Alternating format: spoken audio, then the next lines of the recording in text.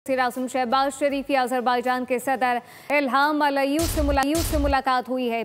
यहाँ मुलाकात की गई। वज़ीर आज़म ने अज़रबैजान आर्मीनिया माहदे पर सदर अलीयव को मुबारकबाद दी है। मुलाकात में तिजारत, सरमायाकारी, तवानाई, दिफाई ताउन पर तबादला ख्याल किया गया। पाकिस्तान अज़रबैजान ताल्लुकात में तेज़ी पर दोनों रहनुमाओं के इत्मीनान का इज़हार, इलाकाई राब्तों और SCO के तहत ताउन बढ़ाने पर जोर दिया गया।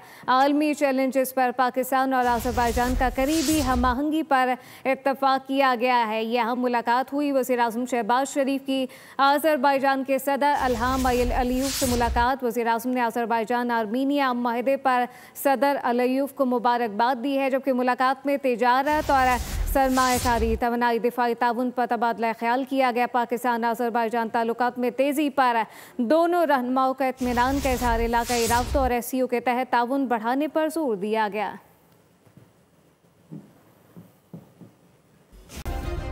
सब्सक्राइब करें और बेल दबाएं ताकि कोई खबर रह न जाए।